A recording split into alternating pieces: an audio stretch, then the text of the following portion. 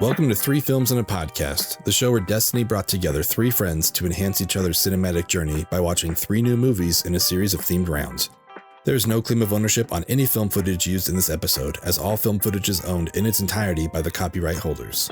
And just like every car in Too Fast, Too Furious, this podcast contains spoilers. Enjoy!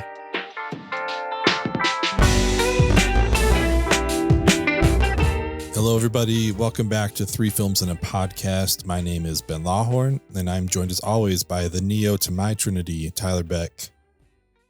I really wanted to come up with something fun to say there, but that's might be the sweetest thing you've ever said to me. So I just want to live in this moment. Just hold it near and dear to my heart.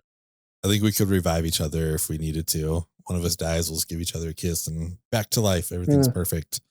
And solved. The one and only Morpheus of Three Films Pod, Mr. Matt Weiler.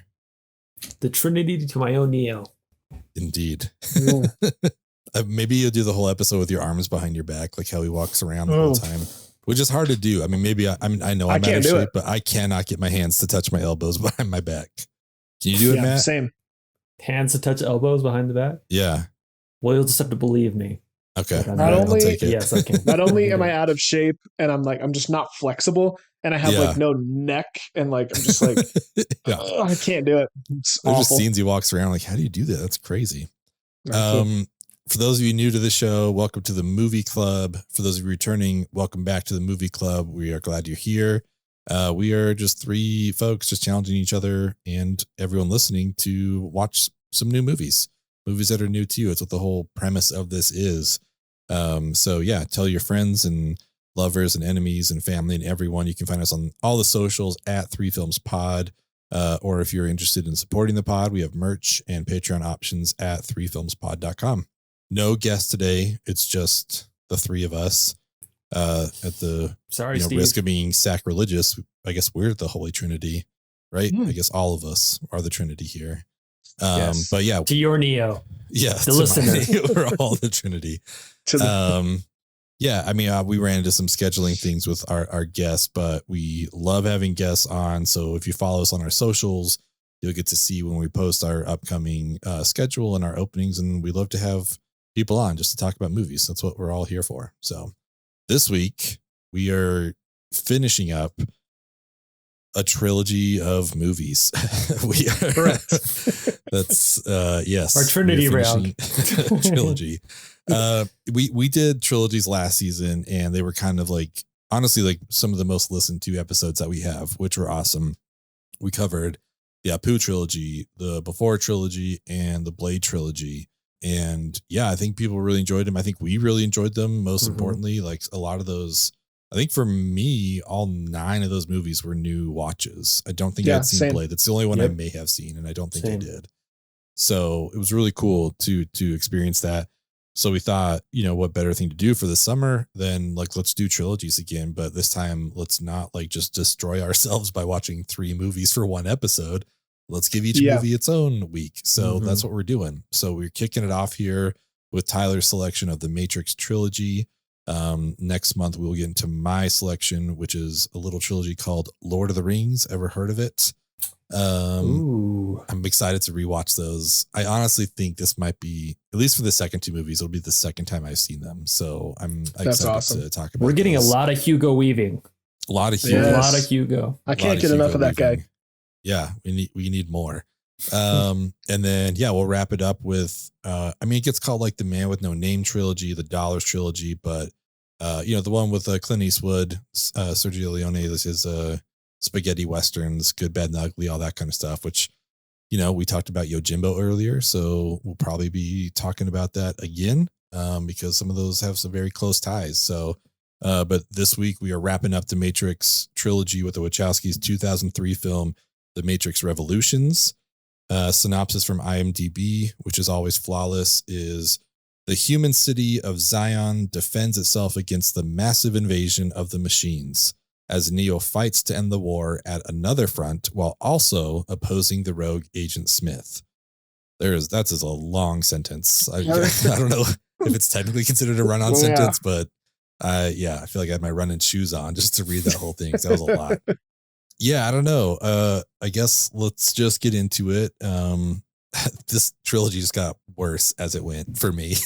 Like, it's hard, like when you start out with The Matrix, which like changed films, you know what I mean? Like it felt like there's been like just these like films that have affected the rest of the industry, like Jaws, like, you know, Reservoir Dogs, Pulp Fiction, that kind of thing. Like just like once it's come out, everyone's like, oh, I want to do my version of that because it's so successful, which I think a lot of people may have tried to do with The Matrix. And it kind of felt like the Wachowskis tried to do as well with the rest of these movies, because it just kind of felt like diminishing returns. Like we talked about it last week with Reloaded, but for me, like the first 20 minutes of this movie was them saying like, hey guys, do you remember the subway station fight from the first movie? And do you remember that awesome gunfight in the lobby from the first movie? And do you remember that cool rave from the first movie?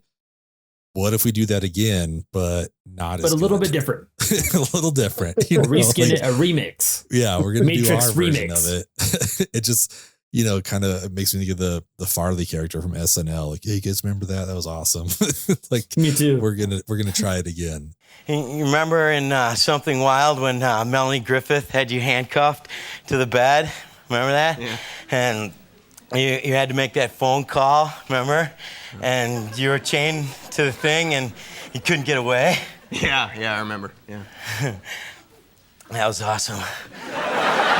And yeah, just like, I don't know, we've talked about it last couple episodes, but it just doesn't pay off like it does the first time you see it. So we do get to see Machine City, which is kind of cool, but that feels like that's it as far as like expanding the world. Like we're just still in Zion, basically. So that was kind of, I don't know, I guess I had hoped for more because it felt like the first movie for me just made it seem like it was not necessarily like multiverse infinite, but just felt like there were so many places that we could go see.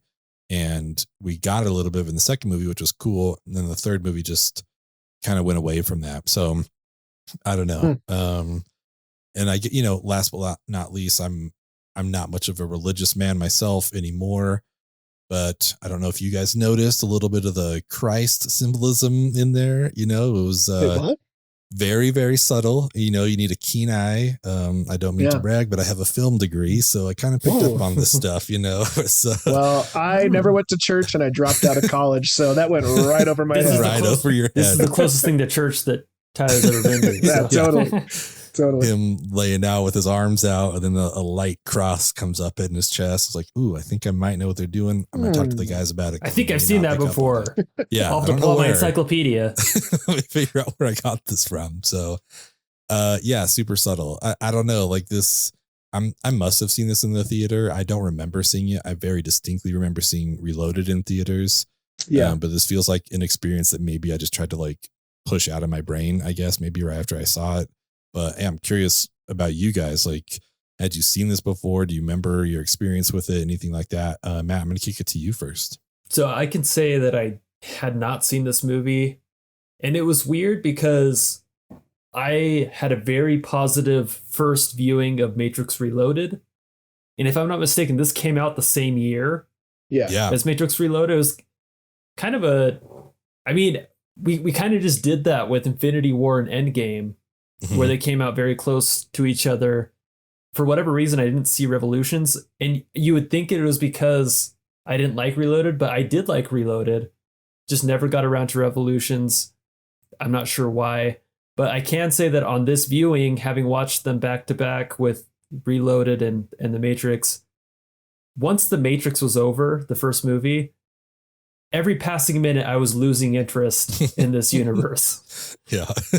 I found myself just caring less and less and less, and it made it harder for the movie just to continue on and me not care as much about even how it was going to conclude. I feel like I hate it's okay. I'm about to commit a sin here. I don't like it when a creator has a vision, they fulfill that vision, and then I spend time and I spend you listeners, I spend your precious minutes, you know, going over what I would have done instead of what they did. Because I think that's lame. Like the creators did what they wanted to, and we either like it or we don't like it.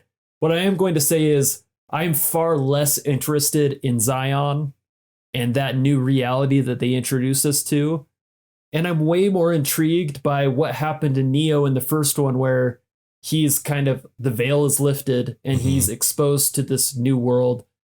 And also that this idea that he's like the chosen one. And so something that would be far more intriguing to me is more Neo-like stories where maybe there's the anti-Neo, or to Ben's point with the symbolism, the Antichrist, who's also, you know, the veil is lifted for him too, or her. And we get to see like that sort of dynamic play out. Wasn't that Agent Smith? Zion. Agent Smith was like a program though, right? Agent Smith wasn't a human being that was, you know, that was realized. That he didn't have a similar origin story as Neo, right? He's like part of he's a machine essentially. Yeah, I feel like maybe the closest thing to that was like Cypher, who was just like saw what it all was and still was just like, nope, I don't care. Like rather than like, yeah, he kind of wanted to bring it all down. He's like, just make me forget everything, but you guys can burn this place to the ground. I don't give a shit. Yeah. Yeah. So that would have been far more for like a trilogy type, or for like a ultimate like bad guy, to me is more interesting than this like machine against human thing in a dystopian future reality. So I just found myself losing interest. One thing that was, I guess, sort of neat was they're personifying these like computer processes.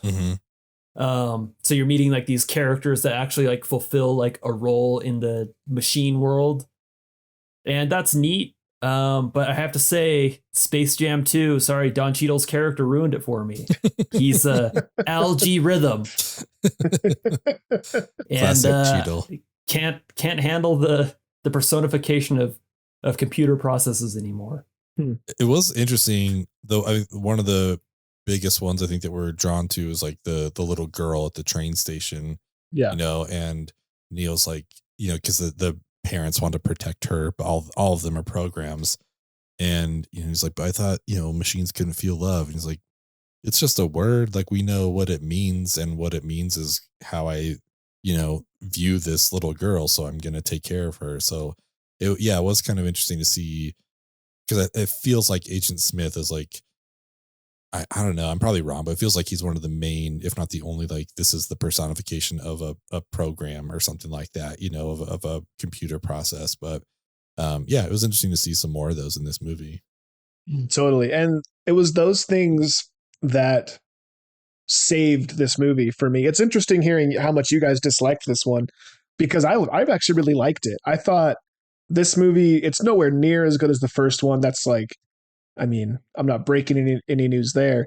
And I don't think it's necessarily like a great movie, but if this particular movie were to stand on its own, I feel like it at least does that better than the second one, right? There was a lot about this third one that I really liked, and part of the reason I liked it so much is because I felt like the tone matched the first one a lot better. I don't know if you agree with me there, Matt or Ben.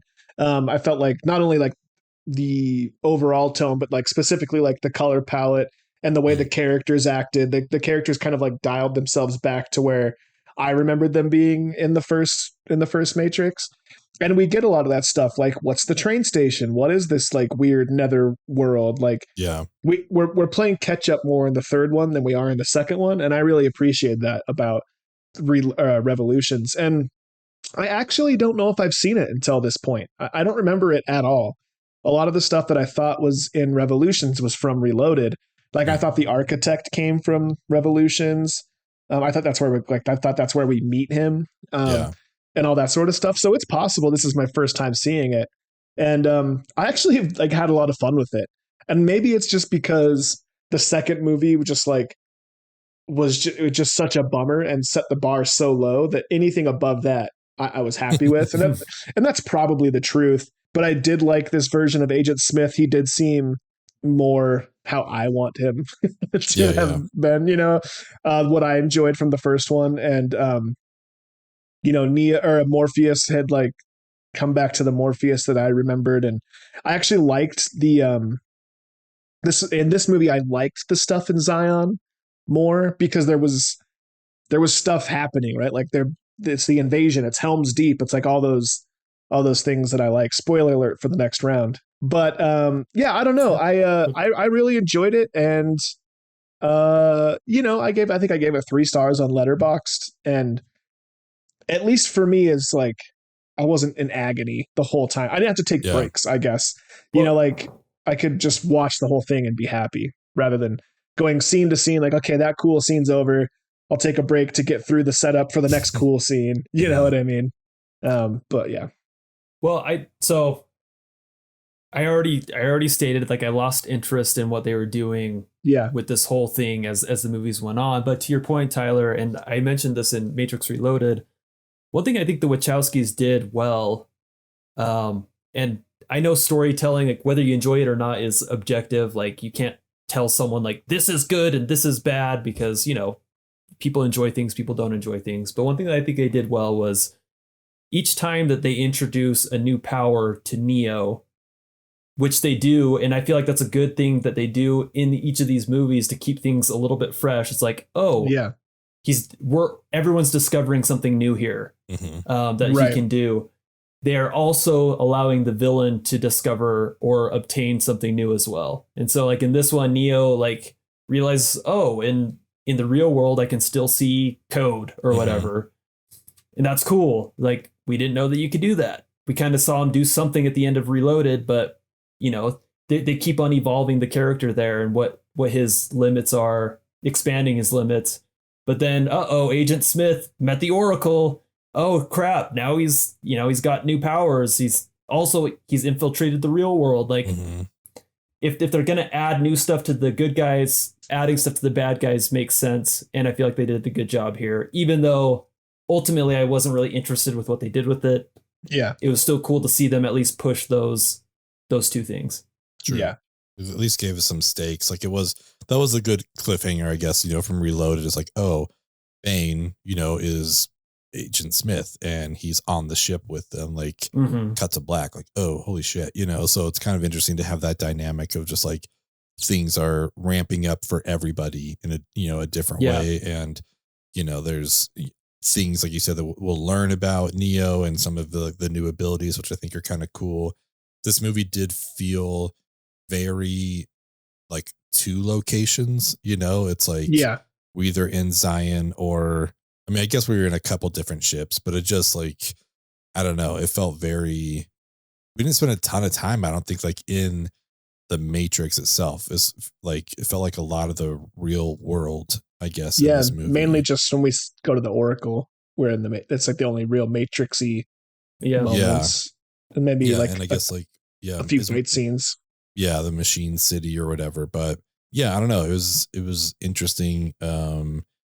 Just kind of felt like diminishing returns for me. But I'm glad that like you were stoked on it, Tyler. Like as we're talking about it, I think I'm realizing some more of the merit, I guess. But it was hard not to go into it remembering just how much I disliked it. You know what I mean? Yeah.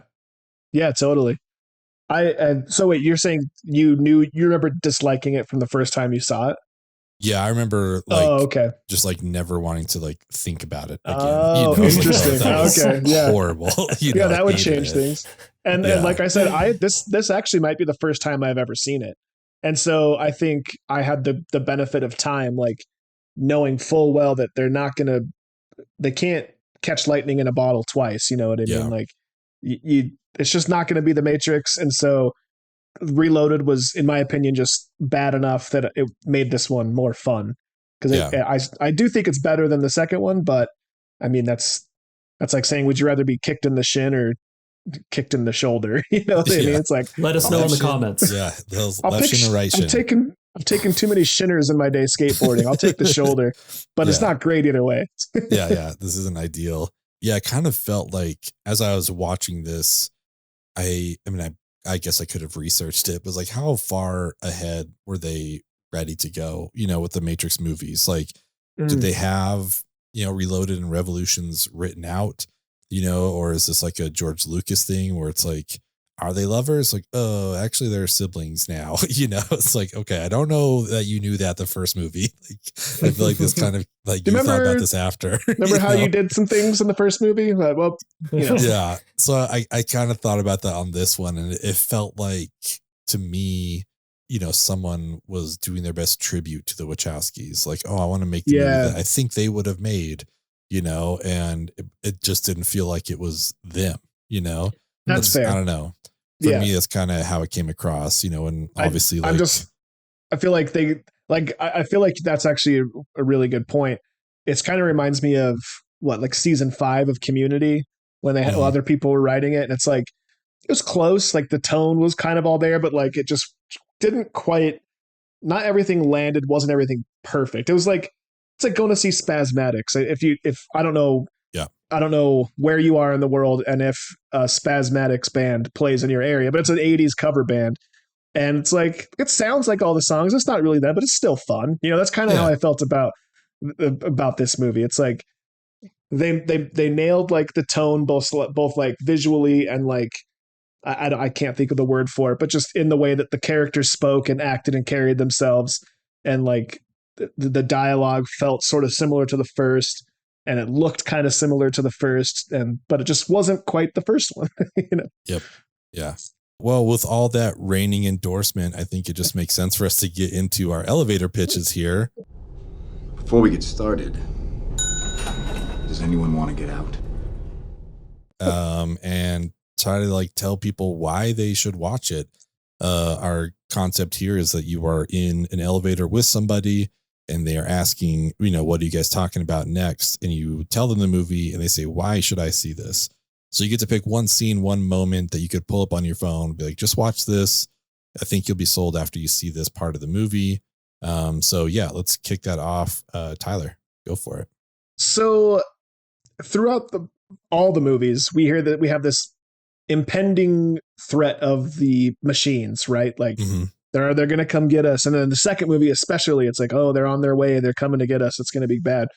The whole first 2 acts of the third movie is preparing for the machine attack. So what I would show is those giant mech suits. Yeah, like alien kind of thing. Which they look really cool, but just watching them move is so impractical. The actors are like just getting their asses kicked, like just walking around the platforms. And so I think I would show kind of that whole suit up thing, the preparation, and then right up to the moment where the alien or the machines pop through the ceiling. For sure. Or even before they start to shoot their guns, like just right up to that moment, and then, send them on their way so that they could sit through the rest of the movie and get back up to that point, because that's what I wanted to see. I was like, I just want to see them fight these fucking machines. Like, we've been talking about it forever. Like, Neo's supposed to be the one. We're supposed to have this thing, and he's supposed to do the stuff, and let's see it. Let's just do it. Come on. Let's go. Let's and I make do it think happen. It's funny, having said all that like Neo doesn't even fight them. He's nowhere near the battle. Like, kind of would have been cool to watch him fly around, do Superman stuff and fighting the machines, but whatever. I still like those mech suits, and I liked that, that scene was fine. So I think to trick someone into watching the movie, I would leave them with a cliffhanger of how does this battle end, Yeah, no, I think that's good. I think the CG was definitely kind of weird, for that stuff, because it felt like you could tell, I don't know, there are certain scenes in this movie where it was just funny to think about them filming it, which like it is like in a lot of movies with CG, like the Marvel movies, like when you see the behind the scenes of, Elizabeth Olsen like throwing her hands and nothing's happening, or I guess like Laura Dern in The Last Jedi kept saying like pew pew when she would shoot her gun and stuff like that. Like, I what a that. treasure she is. That's amazing. But my favorite one in this movie is during the final scene when Agent Smith is like basically flying Neo into the ground to like, just like demolish him. But it's just like I understand what they're doing. Like, it's like we're getting a close up shot of Agent Smith's face as they're flying down, but just like it's on Agent Smith's face. I'm like, Hugo Weaving was just sitting there hugging Keanu Reeves, just like yelling into the camera. That's all that's happening right now. And I just love it. Like some fan that's probably blowing in his face is like, that's all that's going on. Like, man, movie magic. I love it so much. It's so good what they can do. Matt, hopefully I didn't steal your scene there, with Agent Smith. Damn it, Lawhorn. Yeah, let's move on.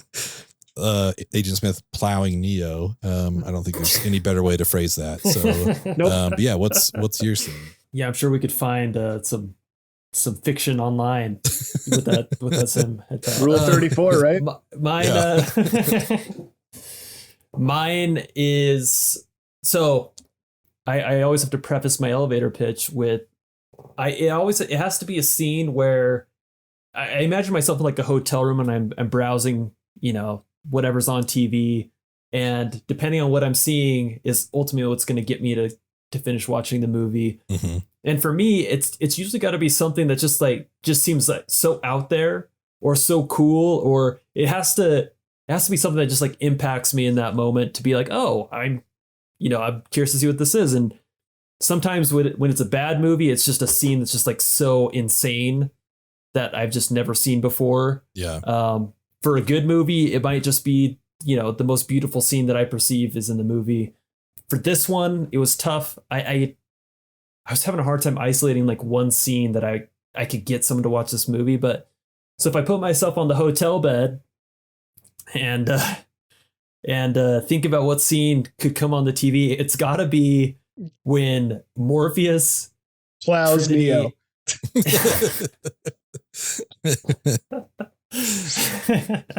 Not in this movie. That's right. That's right. That's a different hotel late night movie order. When Morpheus, Trinity, and I think it's Niobe. I can't even remember who else is in the scene, but they're back to back. They've got guns pointed out, and they're walking through this nightclub. Yeah. Oh yeah. Where everyone's dressed. Totally. And they're doing and their no one spin. cares. Yeah. No one cares. There's like, yeah, fine. They've got guns pointed at people's faces, and there's like a shot from above, and then like that French dude's there, and he's like, dressed the same. He's like, oh, it's like, what the freak is going on here? Yeah, it's so weird. And it kind of reminds me like all nightclub scenes are kind of weird just because nightclubs are weird. Tyler, I think on Twitter, I see some of the likes that you have of like chaotic nightclub videos. Oh, it's my favorite account on Twitter. It's so good. I think I only see them because you like them, but they're so funny. But yeah, nightclubs are just weird places. And this scene is no different. I feel like if I were to be like late at night, laying on a hotel bed, seeing that scene, I'm like, okay, I'm watching the rest of this movie for sure. Totally. Like, what is even, because the thing, I remember the thing that stuck out to me is like, and I guess you could chalk it up to just like the Frenchman's in charge. They're all his programs. He tells them whether they should be scared or not. But it's just like, no one cares. Like, they're doing tactical maneuvers through a nightclub with guns in their faces, and people are just like partying, like, like that's just like, fucking insane. They just got through the lobby, which is where all the guards were. That's when it's like, oh, we can't have guns in here. So we recreate the lobby scene, except this time the people can be on the ceiling. But other than that, it's like the same. But it's like, yeah, you're done. Like, you made it past. Like, you're just in a club now. Like, you can chill out a little bit. You don't have to do your like tactical back to back like spinning 360 as you walk through the club. It's kind of silly, but yeah, I think it's a great scene. In honor of one of our past guests, Erin from the podcast That Wouldn't Die, on our Last Night in Soho episode, we asked her for her elevator pitch, and her response was, why would I want somebody to watch this? And that's kind of how I feel about this. Yeah, like, why would I talk somebody into this? And that's how I feel. But I am going to pick a scene that I thought was interesting, kind of talk like what Matt talked about earlier. It's when Bane, Agent Smith as Bane, has Trinity, and Neo's going to fight him, blah, blah, blah. He drops Blade. Bane drops. That I would be so into this movie. Blade just shows up. It's totally 2/3 of the way through.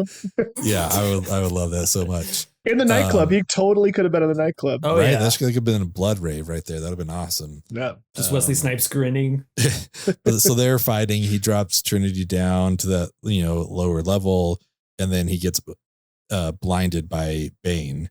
And then, Bane thinks he can't see him, so he goes to swing. But then we get to see, from the perspective of Neo, kind of that burning, whatever. And he's like, oh, I can see you. It's like, oh, okay. So if anything is Agent Smith, whatever, he can still see it. And we find that later on at the end of the movie with the whole like Machine City kind of fight. But I thought that was interesting because, as Matt talked about earlier, it was a cool reveal of new abilities for our hero. It's like, oh, okay, cool. Because most people, if you're blinded, that's it, you're done. But it's like, oh, okay, he's not completely done. Like he has a heightened sense now for a certain thing. So I thought that was kind of cool.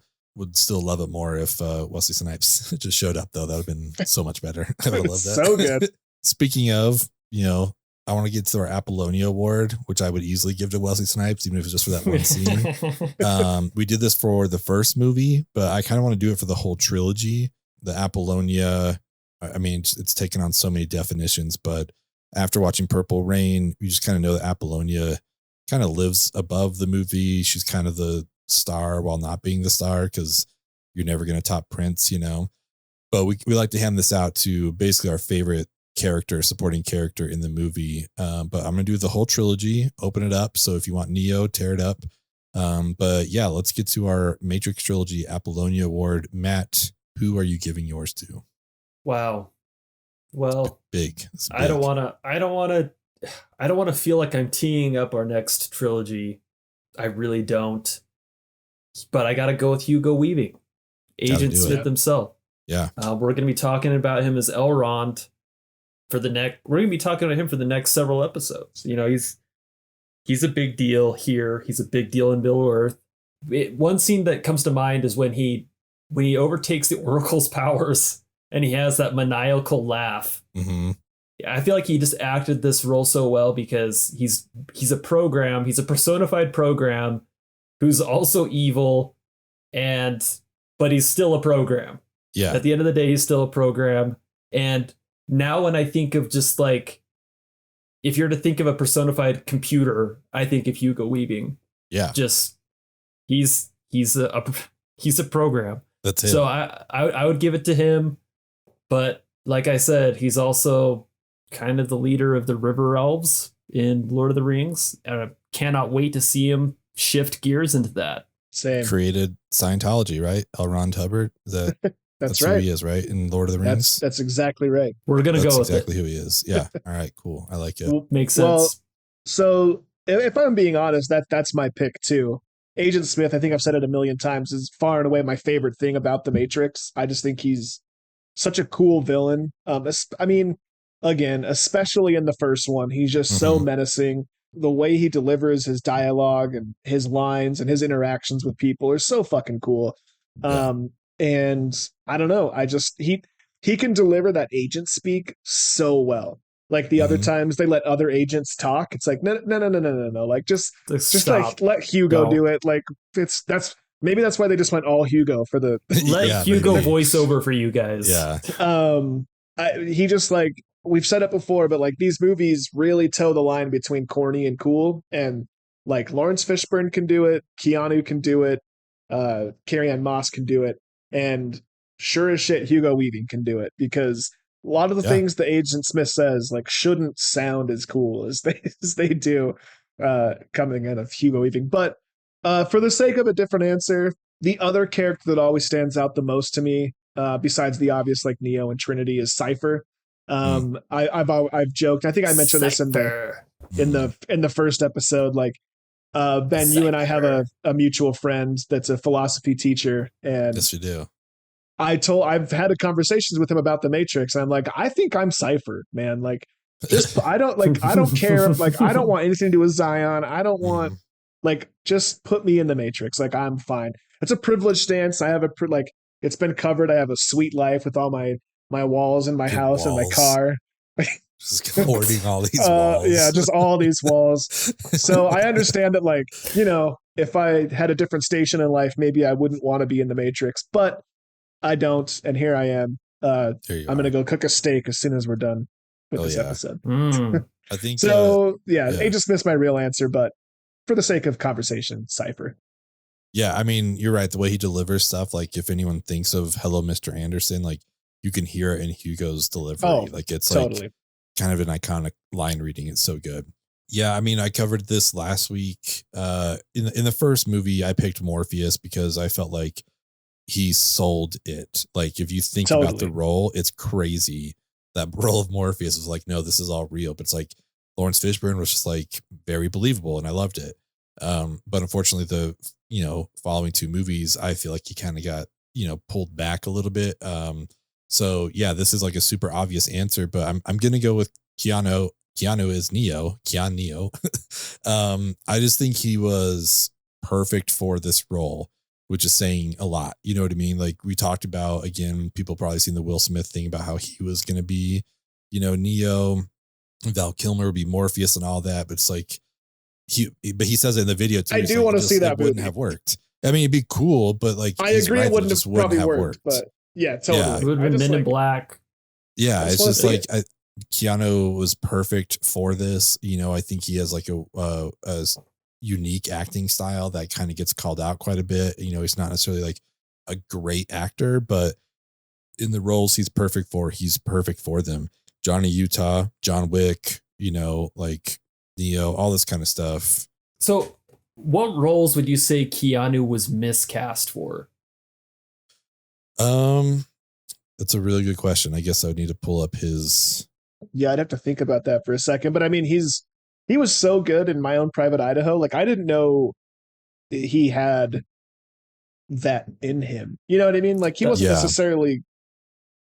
His acting wasn't great, but I don't know. Maybe he's just fun on screen. Maybe I just like Keanu, so it worked. But I thought he was really good. I know that he when you think of like acting, he doesn't have like the range that some of the great actors have. Yeah. But people dog on his acting. But then when you think about, or at least when I think about, I shouldn't speak for everybody. If you're listening, put in the comments a role that he was miscast for. But like I nothing comes to mind where I think, you know what? They should have gone with this person other than Keanu. I feel like I'm 100% satisfied with the role that he's playing. Yeah, I feel like he is very specific, but it's like the type of specific that you like.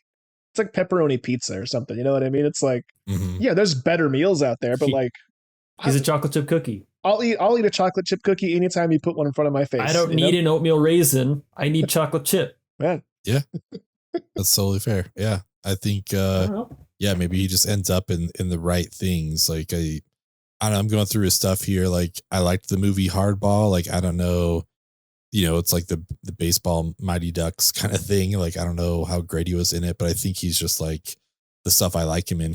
I like him in a lot. So you're right. Like, he gets shit on a lot, as I just did. But, I mean, 91, man. Point Break, Bill and Ted's Bogus Journey, and My Own Private Idaho. That was a solid year for Keanu right there. Good run. Some good stuff. So yeah, I think he was just perfect for this role. Maybe a little bit of a resurgence or something like that for his career. I'm not sure. Like he'd done The Devil's Advocate before that, but like Chain Reaction, Johnny Mnemonic, like I don't know. It Constantine. When was Constantine? Was the Constantine after? Constantine was after. Yeah, Constantine was after all of these. Actually, it was in 2005. So I do love Constantine. That movie's awesome. Yeah, so I'm gonna go with Neo, Keanu. He's perfect, and yeah, Keanu. What do we think about before we move on real quick? Sorry. No, you're good. Did we like the new Oracle? Because I loved the original Oracle. I will say I liked the Oracle here because I think it's a cool character, and I feel like the actress that played the second version of the Oracle was good. Mm-hmm. But it's hard not to compare her to the first one. And do we know what happened there? Like, was there a contract dispute? Was that she died? Her contract with life was up. That was her dispute. She's disputing with the heavens above. Okay, that's a bummer. I didn't know that.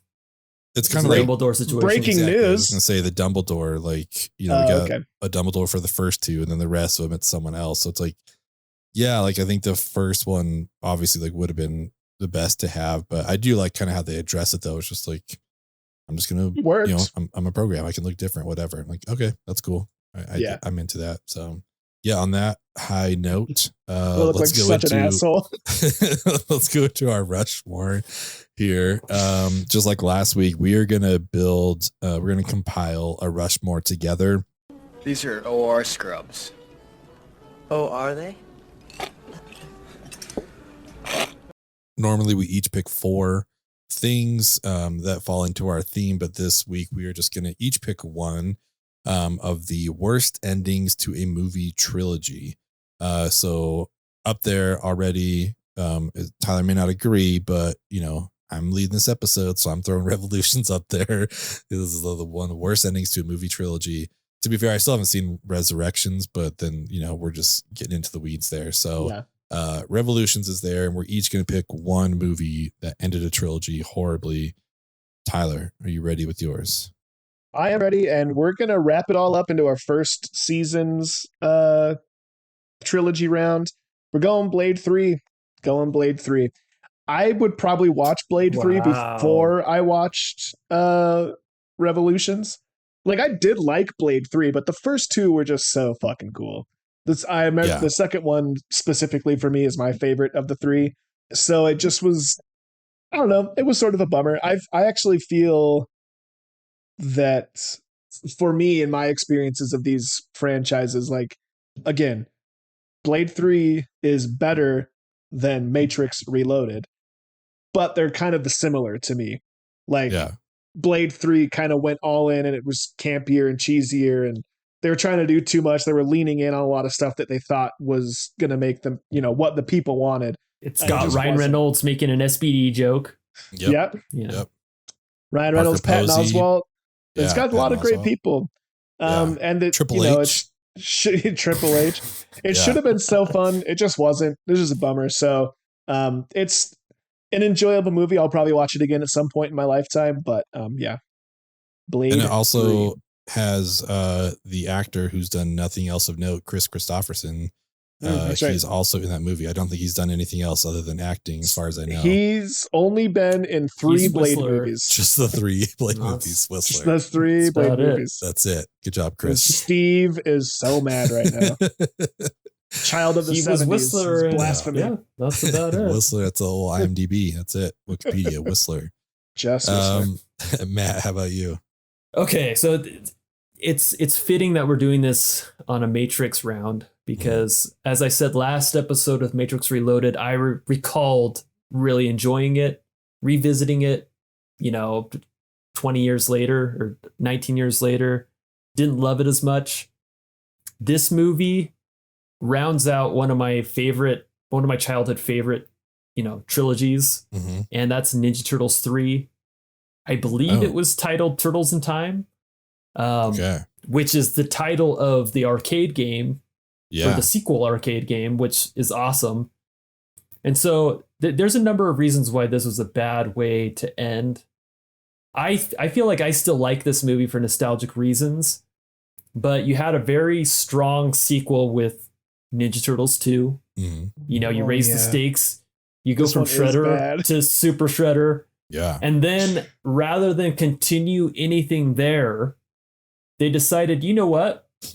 Let's take this time travel thing from this popular video game that we're doing right now and just take that theme with us, not the game, nothing from the game. Let's leave the game completely out of this, but let's take the turtles back to ancient Japan, which could have been cool. Yeah. Could have been. Could have been. It wasn't. Spoiler alert. There's a lot of weird stuff in this movie now that I think about it, but I mean, there's probably a lot of great, what they should do is they should re-release Ninja Turtles 3 just with on TikTok with just 10-second sequences from the movie. Like a Ninja Turtle dressed up like a samurai saving someone from a burning house. That's a cool 10-second scene. Yeah. Yeah. But it wasn't. I mean, like you said, Matt, this was right in my wheelhouse. I fucking loved the Ninja Turtles. Yeah. And even I hated this movie. It's such a bummer. It's a rough movie. The tagline on IMDb, it's not the official one. I think it's something that was user submitted. It's really good. Ancient Japan, 1393. Without a map, without a clue, without a pizza. That's all we need. That's so good. I love it. That's great. Yeah, I feel like if and I'm not trying to dump on the creators that did this. I know that working with studios can be a total nightmare. I don't know what personalities and egos were at play when they had to make this thing. So I'm giving all the grace in the world. But given the blueprint of this movie, it could have been super awesome. Hell yeah. Even the recipe was there. It was just executed very, very poorly. And to go from Secret of the Ooze with Super Shredder to the 4 turtles trading places with 4 ancient Japanese dudes. It was a miss. Yeah. And the franchise has never recovered, honestly, if we're being completely honest. Unfortunately. Always. But it keeps trying to. He's trying. It keeps trying to. He's trying. Okay. Now it's my turn. Let's wrap this up with the most sad I've ever been leaving a movie. I've never been so disappointed. I think still, honestly, like in my life. 2006, X-Men The Last Stand. This is the first midnight release I remember going to. Like, I was so excited. I don't remember. What a bummer. I know, right? Like X2 for me still, Rushmore comic book movies. Like I love X2 so much. I was so excited for this one. And then it was just such a bummer for so many reasons. Bryan Singer left to go do the Superman movie. So they brought in Brett Ratner, which is like never anything you want to hear. Like Brett Ratner is involved. It's like, okay, well, no, thank you. For multiple reasons. But even just the way his name sounds, like phonetically and sonically, like Brett Ratner. It's just like it is, not good. Yeah. Tough break. So yeah, I don't know. Just like I just remember being super bummed with this. I think they went on, with the First Class and stuff to like revive. The X-Men's really hit or miss, man. It's like one of the least consistent franchises out there. Oh, yeah. But like X-Men first one and X2, I think were good movies, and I was really excited for this and just so bummed. You never want to see Kelsey Grammer in blue skin ever. Like, well, that's what's funny. Like did we see this together, Ben? We may have. I can't remember. And I can't remember anything surrounding seeing this movie other than leading up to it. I as well was obviously super hyped. Mm-hmm. It was during that weird period of time when like phone carriers would distribute wallpapers for movies. Yeah. For like, and so like I had downloaded like all the wallpapers for this and I was like rotating like through them. Like, and you know what? I was trying to talk myself even into being down with Kelsey Grammer as Beast. Yeah. Like I think we all knew how ludicrous and how bad that was going to be. But we tried to tell ourselves that it was going to be okay and that it was cool. I still like, no, you know what? He's my wallpaper. Like, did Kelsey Grammer have like blackmail on Brett Ratner? Like, maybe. Like, I don't know whose decision it was to cast him, but I want you to make me in the movie. Yeah, I want to be Dr. Hank McCoy. I need to get away from this Frasier thing I've been doing. Brought in some fun new people. I love Ben Foster and everything. Elliot Page as Kitty Pryde was great.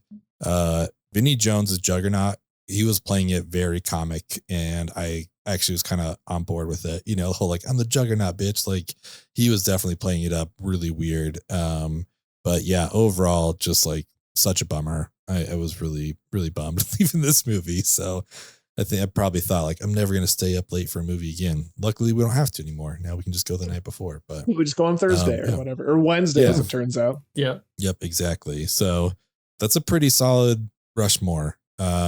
Blade Trinity, Ninja Turtles 3, X-Men Last Stand, and Matrix Revolutions. Not recommended by any of us, but they made our Rushmore. So normally this is the time when I ask if you guys want to talk about anything else, but I don't want to talk about this movie anymore. So I'm not even going to ask. We're just going to wrap it up. Stay tuned. Next month, we're going to get into the Lord of the Rings trilogy. We're not going to talk about Matrix Resurrections, but if you want us to, there's a way to do that. You can go to our website, 3filmspod.com. But yeah, other than that, we'll be back next month for more Hugo Weaving. See you guys. Yeah.